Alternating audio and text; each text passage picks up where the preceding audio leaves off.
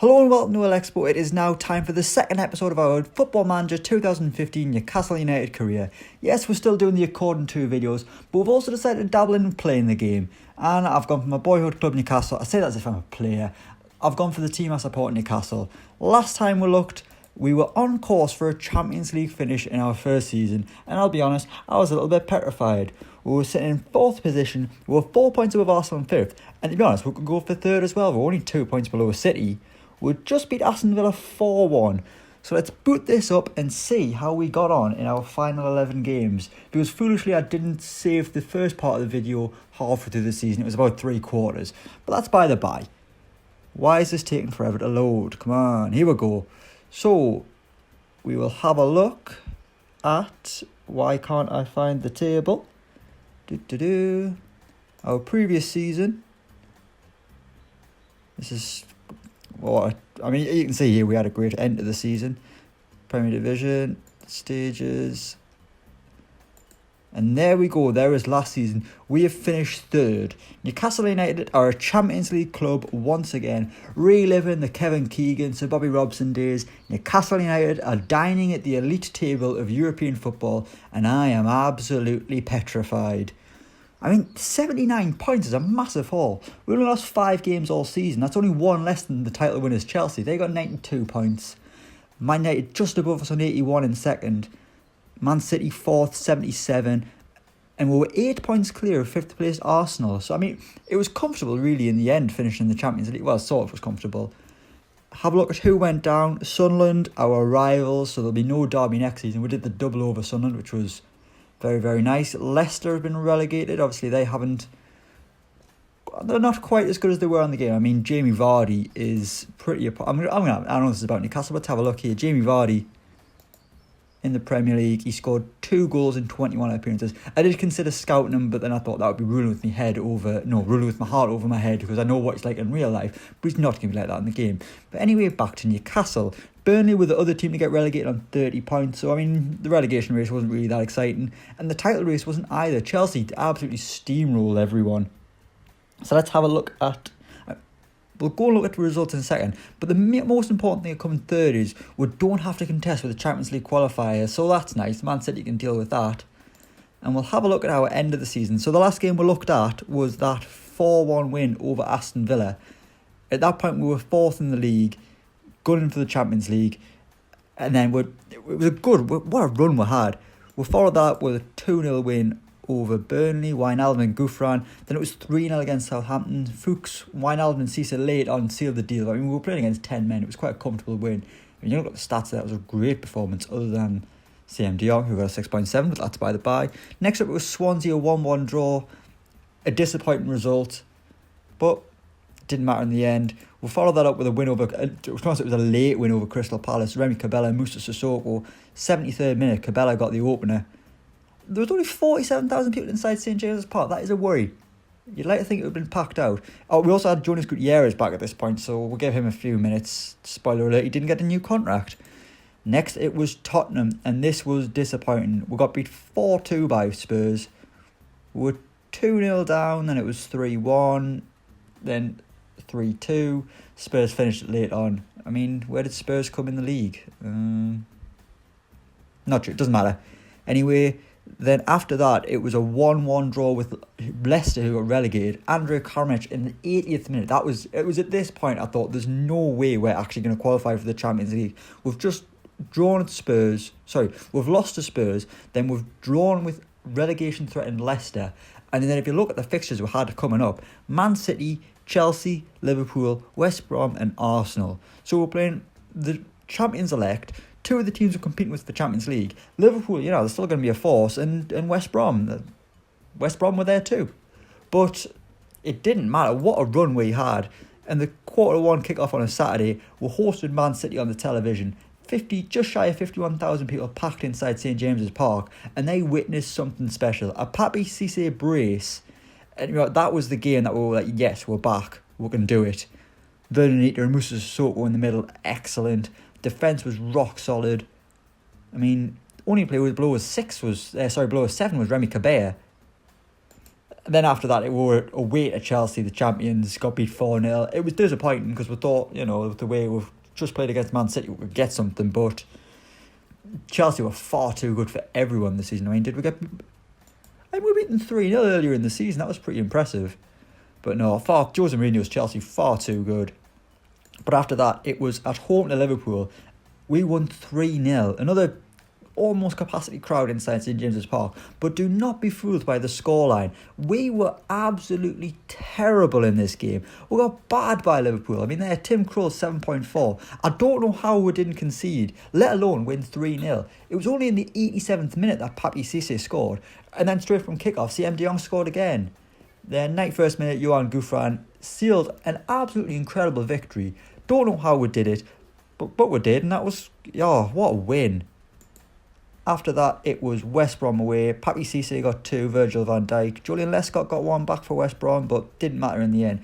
Papi Cisse, you can see, has been incredible at the end of the season. He ended the campaign with, I believe it was 16 goals in... No, that's West Brom, clicking the wrong thing. Oh, what's happened? Clicking the... Oh, for goodness sake. Papi Cisse got 16 goals in 23 games. I mean, that was pretty impressive. And he missed most of the start of the season because he broke his kneecap in pre-season. Rating of a 7. But, I mean, it doesn't really matter what the average rating is, as long as he's getting them goals. With the number 9 in his back, fantastic. Penalties, you bet them. You bet them? That's not even a saying, you moron. Anyway, we ended the season against Arsenal at home. It was just a bit of a celebration, really. We finished 8 points above Arsenal, so we've already cleared them and already qualified for the Champions League. I think this was just a case of whether we're going to finish second, third or fourth maybe. But I mean, we absolutely battered Arsenal. Papi Cisse with a hat-trick, Remy Cabella. And we were 4-0 up against the Gunners. 51,000 inside St James's Park. I mean, look at the ratings there. Papi Cisse 9.3, Remy Cabella 9, Christian Fuchs 8. Jonas Gutierrez got a 7, that was nice. A little farewell appearance for him. Again, as we said, he didn't get a new contract. I mean, we didn't really take any chances here. We didn't give any youngsters a chance. I mean, Gutierrez came in at the starting lineup, but I mean, with the way injuries were and they were a little bit light on wingers, I just had to play. So that is how the season ended. We'll go and have a look at the table again. There we are, 3rd. Oh, I'm petrified for the Champions League. We're not going to be seeded, I can't imagine. I can't remember how seeding works, but surely we're going to have a couple of really hard games. So if we can get out the Champions League group, that'll be an achievement in itself. But pardon me. The big issue is, Christ, Tottenham were 9th. That's terrible. Sorry, anyway. The big issue is, you'd think with getting in the Champions League, Christ, I can't stop burping. Christ, you'd think with all that extra revenue coming in, we're going to need better players. We'd get more money to spend in the summer. But no. Mike Ashley is still giving us just shy of £15 million to spend. And the biggest worrying thing here is Mike Ashley is enjoying times at the club and intends on being around for a long, long time. I thought on Football Manager, every year you played, Mike Ashley would eventually sell the club, but it just hasn't happened on this one. Job security very, very secure. Obviously, we've got a new contract because you only get a 1-year deal to start the game. But 15 million, not a lot. I mean, so far we've already brought in Raul Jimenez. £2.9 million, he was on the transfer list. But I mean, he was doing alright for Atletico Madrid. 6 goals in 16 games, average rating of 7.09. On our scouting report, 3-star, potential ability 3.5. John Carver, the genius of football, believes he's better than Jose Perez and Papi Cisse. Potential to be a quality player. I can't really see any way this deal isn't going to work. Whether he's going to be the main man, I don't know. Because, I mean, the amount of goals Cisse has scored, great. Perez, really good player. Obviously, I have been playing him more on the right. But so far, he's the only player we've bought in. We'll see who's gone out. Adam Campbell's been sold to Reading, £400,000. Adam Armstrong's gone out on loan. And the rest of these are just players we've released. Gutierrez, free transfer now. He's got offers, though that's nice. That's the wrong thing again. He's got offers from Quito and Zaragoza. So, good luck. I couldn't really justify because he was on a decent wage. Ryan Taylor's gone. Sammy Amiobi's gone. I really regret letting Sammy Amiobi go because he wasn't really playing that much. That's just let him go. Don't need him. And then by the time I'd gone, I realised I need homegrown players for the Champions League. So I'm a little bit worried about that, but we'll cross that bridge when we get to it. And you can also see we're trying to get rid of Jack Colback. There's an offer in from Aston Villa, £1.7 million. I think I've accepted that. I mean, I didn't care what I get from him. Just get rid of him. Get him off the books. Masadio Haidara, he's hopefully going out on loan to Sochaux. We'll look at my inbox. I've tried to sell Sylvain Marveau, Emmanuel Riviere and Masadio Haidara. Obviously, we've got that loan offer for Haidara, so he's going to France. Riviere, he was great in the League Cup, but in the Premier League, he couldn't score for Toff. Did he get a Premier League goal? Let's have a little look. No, he didn't. 9 appearances, he got 1 assist, an average rating of 6.45. That is absolutely appalling. And very keeping of the man. Sylvain Marveau, can't get rid of him. He's on 40 grand a week, sitting in the reserves. He's just been on loan to Guingamp. 25 games, 2 goals, 3 assists, 6.8 rating. I mean, if I was playing in the Europa League, yeah, I'd probably give Marveau a crack, but I cannot justify it. So we'll have a look at who we're aiming to bring. Have I done any scouting? Not sure. Basically, looking at the squad, David Santon's back. He's been on loan at Inter Milan, I think. On loan at Inter Milan, didn't play much, but the reports are out, 2.5 star, potential 3.5 star. The main thing is he can play on both sides. I don't have any intention of changing my fullbacks. Christian Fuchs and Yamat have been good. So Santon's just a little bit of cover. I mean, we've got someone else that can play left back. Dummett's there. Dummett, he's keeping the good ship going. He'll probably just stay because he's a homegrown player. Did he play at all? He went on loan at Sheffield United, didn't he? Didn't play a single game. Not for me, anyway. Lascelles, he's back from Nottingham Forest. I'll probably loan him out as well. Get him to another championship move. Let's have a look. Mehdi Abid. Was he out on loan? Yeah, he was at Burnley. Did alright, but I can't really see where he's going to get in this team ahead of Sissoko, Tiote or Anita. I mean, he's probably just about as good as Colback. So really, what do we need? I'd say we need a left winger, because I mean, Gouffran's been holding down the fort. We've also had Wijnaldum or Cabella playing on the left, but we need an out-and-out left winger. The man I want is, if I can find him, I'm trying to get Michael Carrick on a free transfer. I thought he'd be a decent little replacement for Colback. The issue is we're competing with Tottenham for his signature. So you've got a choice. You can actually go to the club who I think he supported as a boy, or you can go to one of his former clubs, Tottenham. I'm a little bit worried that they've probably offered more money for him. If he does come in, he's not going to play much, but I think he's a decent little squad player. If he doesn't, we'll have to get someone else in midfield. Yarmolenko, that's the man we want. I had a bit accepted for him, and then, I mean, look at that, 4.5 star. Miles better than Cabella. Much, much better than Gouffran. Dinamo Kiev, last season, 3 goals, 4 assists, average rating 7.39. He could be a real X-factor player for us in the Champions League. But the issue is, he's got a lot of interest. Porto have got a bid in from now, Napoli have interested, Sporting interested, and Atletico Madrid. We had a bid accepted of about 10 million, I think it was. I thought, I'll just make him my marquee signing. But his agent wanted about £6.5 million just for getting the deal done. And I thought, with the money being tight, I was like, I can't really justify that at the minute. So we'll put a can on that for the minute. Let's have a look at what else I need. Like I say, probably going to need a centre midfielder if we don't get but if we don't get Michael Carrick. Who was scouted here? We've just been looking at players who are good now. Bruno Fernandes there, potential 5 star. Joe Gomez, that's who we're after.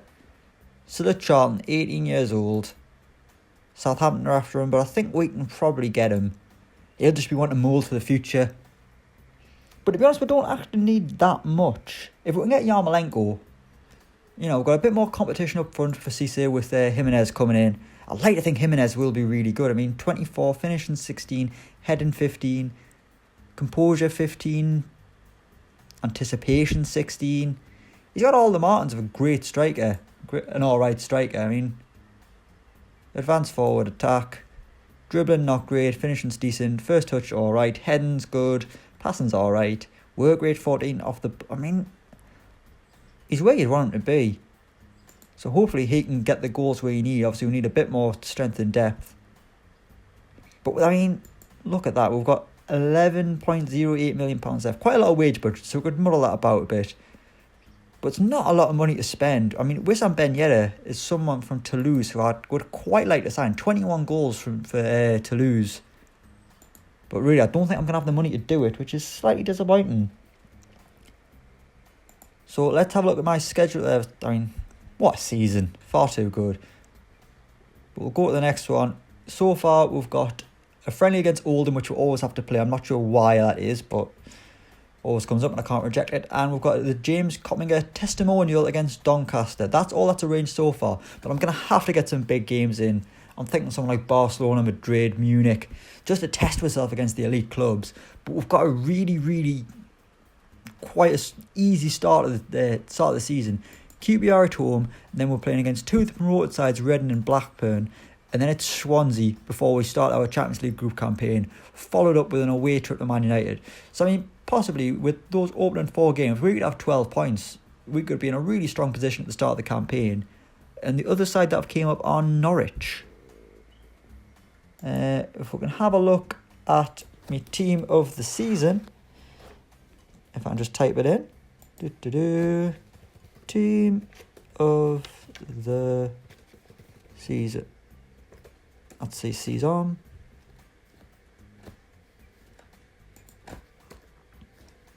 Oh, it's not working. Oh, there it is, sorry, best 11. Got it wrong. So, our best 11 was that 4-2-3 formation, 4-2-3-1 formation that we've always used. Tim Krul in goal, Daryl Janmat right back, Christian Fuchs left back, the centre-back partnership of Virgil van Dijk and Fabrizio Collicini. They've been sensational. Then, holding midfield, Vernon Anita and Musa Sissoko. Sissoko's been Roman playmaker, Anita ball winner. On the left, Wijnaldum. On the right, Perez. In the 10, Cabela. And up front, Papi Cisse. This front three, just behind Cisse, have been pretty interchangeable. I mean, we've had Perez playing as the middle, Wijnaldum playing as the middle. Left wing is the position that really no one wants to play, which is why we're after Yarmolenko. You can see there, Man United have parted company with Louis van Gaal. He's decided to leave and retire. Off he goes gracefully into the sunset. I mean, let's look back at the season and you think Newcastle have came third when really they were one of the teams either tipped for relegation or... we weren't tipped for relegation. We were going to finish mid-table. You'd think, we'd have a chance for Manager of the Year. But nope, that has gone to Jose Mourinho. Jose Mourinho's Chelsea are absolutely relentless. But really, I think that is about... Christ, I've been talking for 20 minutes. God. That's about it. Sorry, we're going to leave it there. So we will give you the first half of this new season in the coming days. Let us know in the comments below what you think so far, who we should sign, who we should get rid of, any little pointers. But thank you for watching, and as always, don't forget to like, share and subscribe to Elecspo. And until next time, we'll see you around.